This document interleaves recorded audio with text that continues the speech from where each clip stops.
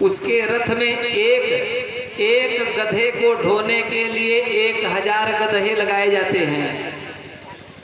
एक दुष्ट महिषासुर को ढोने के लिए सहस्त्र खर संयुक्ता 1000 गधे लगाए गए। और महाराज आयुधे संयुक्तम शुभ्रम सुचक्र चारुकुबरम, और उस पर तमाम आयुध लादे गए। 1000 गधों वाला रथ सजाया गया और सुंदर आयुध लादे गए उस पर युद्ध करने के लिए।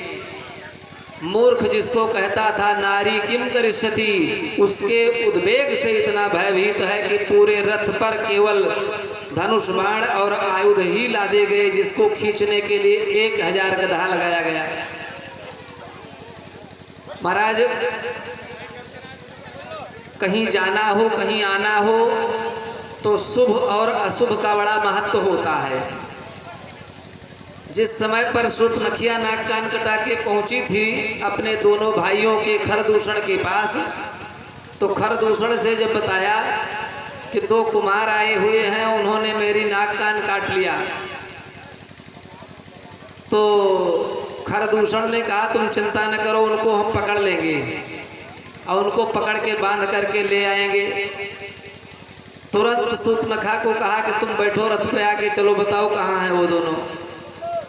अशुभ रूप श्रुति नासा हीनी, आगे शूर्पणखा कर लीनी। जिसका नाक कान कटा हो कहीं चलते समय रास्ते में आ जाए तो अशुभ माना जाता है। और जाको प्रभु दारुण दुख दीना, ताकि मति पहले हर लीना। खरदूषण जब युद्ध के लिए निशाना बजा करके चले तो महाराज न उनकी आरती हुई, न उनको तिलक किया गया। और शूर्पणखिया को आगे बैठा लिया, नाक कान कटी को तो आगे गए, तो महाराज युद्ध करने के बजाय भगवान राम को श्रम करना ही नहीं पड़ा, सब आपस में लड़ करके मर गए।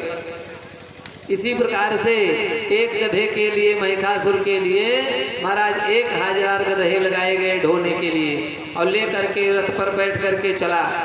और जब भगवती के सामने पहुंचता है, तमागतम समालोक्य दैत्यानाम धिपम तदा बहुभी संवृतम वैरिर्देवीम शंखम वादयत। तब भगवती ने शंखनाद किया उसको देख करके और कहा कि मूर्ख, अब तुम आ गए हो, अब इस हवन कुंड में हवन होने के लिए तैयार हो जाओ। नाना प्रकार से युद्ध होता है। भगवती से पहले तो बहुत प्रलाप करता है और कहता है कि तुम मेरी पत्नी बन जाओ, पटरानी बन जाओ। भगवती ने कहा तुम चिंता न करो, जो जो चाहोगे सो मैं बनूंगी, परंतु तुम बचे रहोगे तब। और महाराज नाना प्रकार से देवी से आलाप करता है। देवी से कहता है कि मंदोदरी नाम की एक स्त्री थी, उसको जब उसके माता पिता या अन्य जो उसके साथ विवाह करना चाहते थे, जब वो विवाह करने के लिए कहते थे तो बहुत मटक करके कह देती थी कि हम विवाह नहीं करेंगे। अपने रूप का उसको घमंड था। लेकिन उसकी छोटी बहन का जब विवाह हो गया, अपनी बहन के यहाँ एक बार गई तो उसके मन में विवाह करने के लिए विचार आया और ऐसे नारकी पुरुष से उसका विवाह हो गया कि उसका जीवन ही बर्बाद हो गया। इसीलिए मैं ये कहता हूँ कि तुम्हारे अंदर बल है और मेरे अंदर वैभव है। मैं इंद्रलोक का स्वामी हूँ, देवताओं का राजा बन गया हूँ। इस समय पर इंद्रलोक मेरे कब्जे में है और वहाँ पर चल करके अगर तुम रहोगी तो तुम्हारा सर्वथा कल्याण ही होगा। भगवती ने कहा मूर्ख, पहले तुम अपना कल्याण कर लो तब हमको लेकर के चलो, क्योंकि विदाई में बलि भी होती है। तो कहा कि पहले अगर तुम बलि से बच गए तो तुम्हारे साथ हम चलेंगे। इस प्रकार से भगवती ने उसको डांटा और उसके बाद कहा कि अगर तुम बचना चाहते हो तो पाताल लोक चले जाओ, और नहीं जाओगे तो मर करके तुम्हारे यहाँ के लोग, तुम्हारे अनुचर जहाँ गए हैं मैं वहीं पर तुमको भेज दूंगी। इस प्रकार से भगवती से प्रलाप होता है। और उसके बाद महिषासुर जो है भगवती पर तीक्ष्ण बाण छोड़ता है, बाणों से युद्ध होता है। भगवती ने भी उसको बाण छोड़े, परंतु महिषासुर जो है कभी भैंसे का रूप धारण करता है, कभी दैत्य का रूप धारण कर लेता है और कभी सिंह का रूप धारण करता है। इस प्रकार से घमासान युद्ध करने लगा। दुर्धर, त्नेत्र, अंधक, इन सब को भगवती ने मार दिया। और उसके बाद फिर प्रेम पूर्वक देवी ने कहा, मदान्मत्त गच्छ पातालम युद्धोमाकुरु सांप्रतम। कहा तुझे मदान्ध हो रहा है, अभी 3 लोगों को मैंने तेरे सामने मारा जो तेरे समान बलवान हैं, और अगर उससे भी तुझको ज्ञान न हो तो मैं एक बार बताती हूँ कि तू चला जा यहाँ से, नहीं तो ब्रह्मा जी का जो वरदान है वही अभी सिद्ध हो जाएगा। और गोविंदाय नमो नमः। इस प्रकार से भगवती ने कहा। लेकिन जब कुछ भी नहीं मानता तो भगवती ने कृपा करी और नज़दीक जाकर के युद्ध, नाना प्रकार के अस्त्र शस्त्रों से युद्ध हुआ। और अंत में भगवती ने उसकी जो शांवरी माया थी उसको काट दिया। बहुत नज़दीक पहुंच जाती हैं, महिक थक जाता है, और जब भगवती नज़दीक पहुंच गई, समय उसके मृत्यु का आ गया, तो अपने मन में विचार करके क्रुद्ध होकर के बाएं हाथ से उस महादैत्य की झोटिंग को पकड़ लेती हैं और दाहिने हाथ से खड्ग का प्रहार उसके गर्दन पर करती हैं। रुंड नीचे पृथ्वी पर तड़पता हुआ दिखाई देता है और मुंड लेकर के रक्तपात होता हुआ भगवती अट्टहास करती हैं। बोले महिक मर्दनी भवानी की। इस प्रकार से जगत जननी जगदम्बा भगवती ने महिषासुर का वध किया। और उसके बाद फिर देवताओं ने आकर के भगवती की स्तुति करी। आचार्य व्यास जी महाराज कहते हैं कि हे राजन जन्मेजय, दैत्य तो फिर हठधर्मी थे, जो कि दैत्य के भेजने, महिषासुर के भेजने पर देवी की अट्टहास गर्जना और मृत्युदंड आदि को देख करके, रणांगन में उनका कौशल देख करके चले भी आते थे उनके पास। लेकिन देवता तो भगवती के सामने इतने किम पुरुष हैं कि ये तब भी छुपे बैठे रहे, ये नहीं आए। इनको डर था कि ऐसा होगा, अगर हम मारे जाएंगे तो इंद्रलोक का सुख कौन भोगेगा। लेकिन जगत जननी जगदम्बा भगवती ने कृपा किया और जैसे ही महिक का वध हुआ वैसे स्वार्थी देवता प्रकट हो जाते हैं और प्रकट हो करके प्रेम पूर्वक भगवती की स्तुति करते हैं।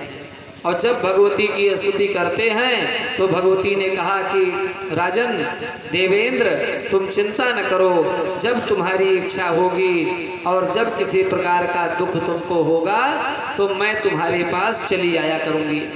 जैसे ही तुम मेरी आराधना करोगे, जैसे तुम मेरी प्रार्थना करोगे, जैसे तुम्हारी इच्छा होगी कि मुझे आना चाहिए, वैसे ही आकर के तुम्हारी रक्षा करती रहूंगी। इस प्रकार के स्वार्थी देवताओं को जरा सा प्रणम्य कर लेने से भगवती प्रसन्न होकर के और अपने बच्चे के सदृश देवताओं से कहती हैं कि तुम चिंता मत करना। अस प्रभु छाड़ी भजय जय आना। कहा कि ऐसी भगवती को छोड़ करके जो दूसरे का भजन करते हैं या फिर अन्य महाराज पंथों का सहारा लेकर के अन्य पंथों में जाकर के रहते हैं, हमरे धर्म को नहीं मानते हैं। धर्म तो संसार में केवल एक है, हिंदू वैदिक सनातन धर्म। इसके अलावा दम्भिन निज मति स्वल्प कर प्रकट किए बहुपंथ, ये सब बहुत पंथ हैं और उन पंथों का कोई लाभ नहीं है। अगर लाभ है तो आदि शक्ति जगत जननी जगदम्बा भवानी का जैसे बरगद का पेड़ दीर्घायु होता है, वैसे भगवती की कृपा दीर्घायु होती है। इस प्रकार से समझा करके देवताओं को और उसके बाद महाराज मणिद्वीप को चली जाती हैं जगत जननी जगदम्बा भगवती, जिसका विस्तृत रूप से मैं वर्णन पिछली कथा में कर चुका हूँ कि मणिद्वीप में जो भी पहुँचते हैं वो भगवती की कृपा को प्राप्त करते हैं, परंतु वहाँ पहुँचते ही स्त्री स्वरूपा हो जाते हैं। क्योंकि जगदम्बा भगवती जो हैं ये मूल प्रकृति हैं और मूल प्रकृति स्त्री स्वरूपा है। इस मूल प्रकृति में और प्रकृति का नियम है उत्थान और पतन। ये पहले उत्थान करती हैं, बढ़ाती हैं और उसके बाद अपने आप में समेट लेती हैं और अंत में नष्ट प्राय हो जाने के बाद जो बचता है वही महाराज तत्व दर्शन है, उसी को तत्व कहा जाता है। और जब आदिशक्ति जगदम्बा भगवती इत्यादि की कथाओं का श्रवण करके या सत्संग व्यक्ति करता है तो प्रेम पूर्वक उसको सत्संग करने से यह लाभ प्राप्त होता है कि हमको जीवन में करना क्या चाहिए। कहने का भाव है जितने देवता हैं ये सब स्वार्थी हैं और हम उनसे भी ज़्यादा स्वार्थी हैं।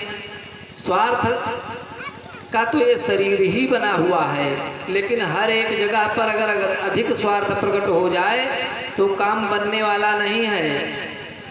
देवता आए देव परम स्वार्थी, ऐसा तुलसीदास जी लिखते हैं। देवता तो स्वार्थी है ही हैं, और जो स्वार्थी होगा, चोर से अगर रुपया मांगोगे तो वो नहीं देगा। वो सोचेगा कि रात में जा कर के सेंध काट करके हम लाते हैं इतनी मेहनत से, तो कैसे हम दानी बन जाएं। चोर कभी दानी नहीं हो सकता। और ये सारा संसार स्वार्थ का है। पत्नी पति से स्वार्थ करती है, पति पत्नी से स्वार्थ करता है, बेटी बेटा सब स्वार्थी हैं, सारा संसार स्वार्थी है। जिस प्रकार से कथा सुनने के लिए हम लोग इकट्ठा हैं, इसी प्रकार से इस परिवार में, इस संसार में हम इकट्ठा हुए हैं।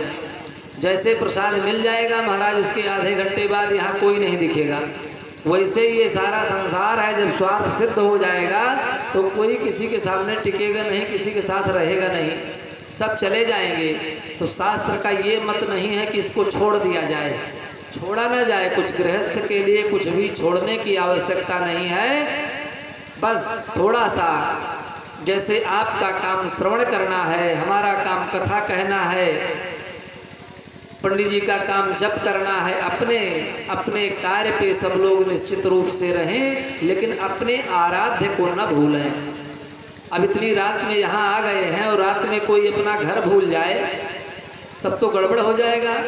तो इसी प्रकार से जो हमारा घर है, जिस वास्तव में जिस रास्ते पर हम चल करके जिस लक्ष्य को प्राप्त करने के लिए मानव देह मिला है, अगर उस लक्ष्य को ही हम भूल जाएंगे तो महाराज फिर सारा जीवन नष्ट हो जाएगा, पैदा होना नष्ट हो जाएगा।